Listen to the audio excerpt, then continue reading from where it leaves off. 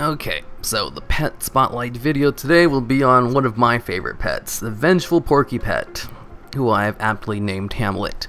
Vengeful Porcupette is a tier 1 pet, meaning he's great. Tier 1 pets are what I call the really good pets. If you put like any of the 3 tier 1 pets in a team, you're gonna win a lot of games. Vengeful Porcupette has this really nice move set that allows him to here, let me tell you how you work him. Basically, your moveset will always be Powerball, Spirit Spikes, and Flank. There's no reason to use the other ones since, I don't know, I guess you could take Survival. That wouldn't be half bad either.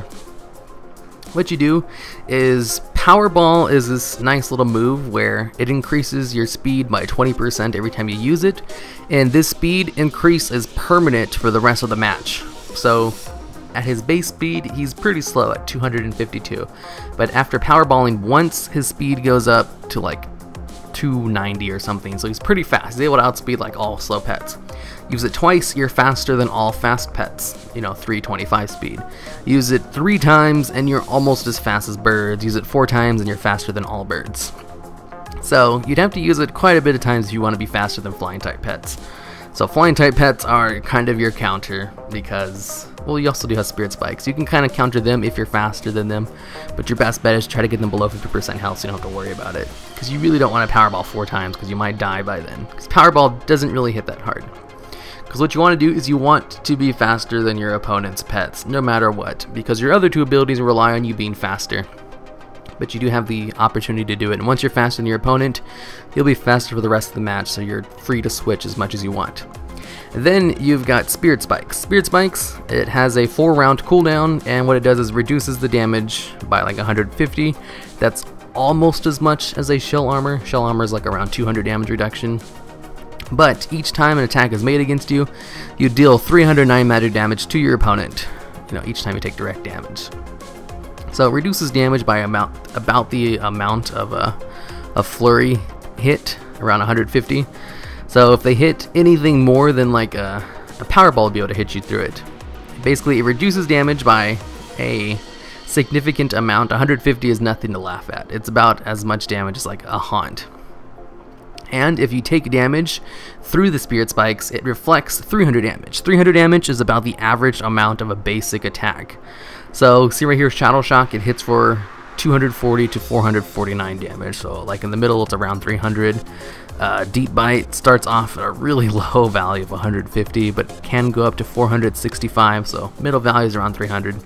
Middle value is always around 300. Let's see, we've got Bite. He's a power type, so his Bite hits for about 350.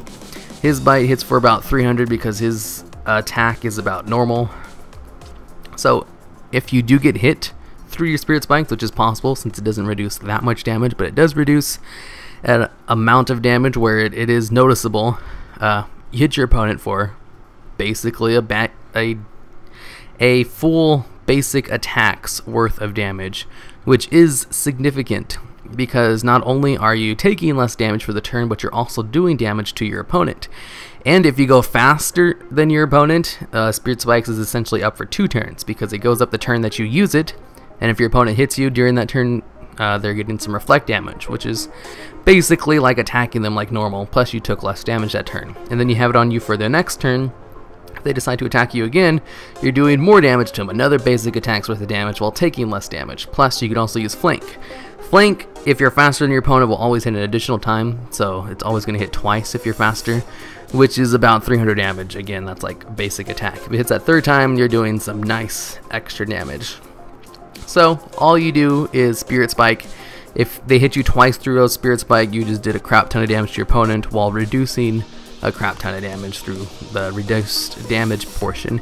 And then Flank, it's pretty nice actually if you get that off that 3rd hit. Let's see, if you hit 3 times, it does about, I want to say 450 damage. That's a significant amount. And usually by the time you have Spirit Spikes and Flank available, you're below 50% health because you had to Powerball a few times to get it. And while you're below 50% health, you do 25% more damage thanks to your Beast Racial. I don't think it lets me look at the Beast Racial with Rematch. So you'll be doing even more damage with Spirit Spikes and Flank.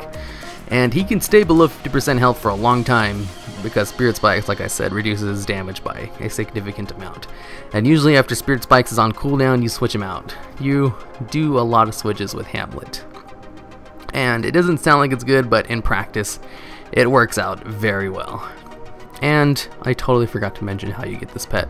That's how I wanted to start off these videos. To get the pet, you have to get 100 bloody coins from the Timeless Isle. There's only two ways to get bloody coins from the Timeless Isle. One is you have to like put a stupid debuff on you, which allows you to attack both players, so you can attack friends or foes. It pretty much just makes you hostile to everyone, and you attack either Alliance or Horde, it doesn't matter. But you can only use that on the Timeless Isle. And then there's another easier way to do it, where you use a Fire Watcher's Oath item.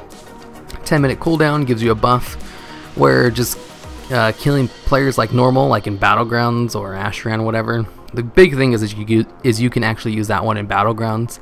And if you get an honorable kill, you get bloody coins. That's probably the best way to get the bloody coins, to get your Vengeful Porcupette. Or you can just buy it off the auction house. That's what I did. That's probably the easiest way to do it, because you don't have to go through the hassle of getting bloody coins and PvPing for it. I'd suggest just buying it off the auction house if you find it.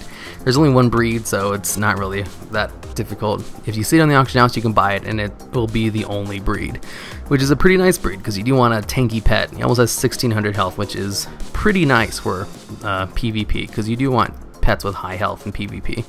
Anything below 1300 is really squishy, and he's almost at 1600, which is a respectable amount considering what he does. That means he's able to stay under 50% health and do extra damage longer than normal while being in a safe range. Since under 50% health, it's around 700, which means you can survive 2 full attacks if your opponent is just doing basic attacks. So yeah, he has a lot of good things just going well for him. His Beast Racial is really nice, combined with his defensive Reflect Shield, which it's a significant amount of damage. I always surprise people with my Vengeful Porcupette, because they just don't expect it to 1v3 their entire team. Yeah, he has done that a few times. Like, he's a really good cleanup pet. Like, if you're able to Powerball a few times at the beginning of the match, do your thing with your other 2 pets, and if they die, he can come in and just clean up your opponent's remaining like 2 or 3 pets, no problem. Yeah, that's what I use him most for. He's like, I don't think any other pet can clean up better than this guy, except for just the other ones that are just ridiculously overpowered. Like, yeah. Anyways, that's it for the Vengeful Porcupette. Really great pet. I love him, and he is kind of a pain in the ass to get. So I suggest just buying them off the auction house.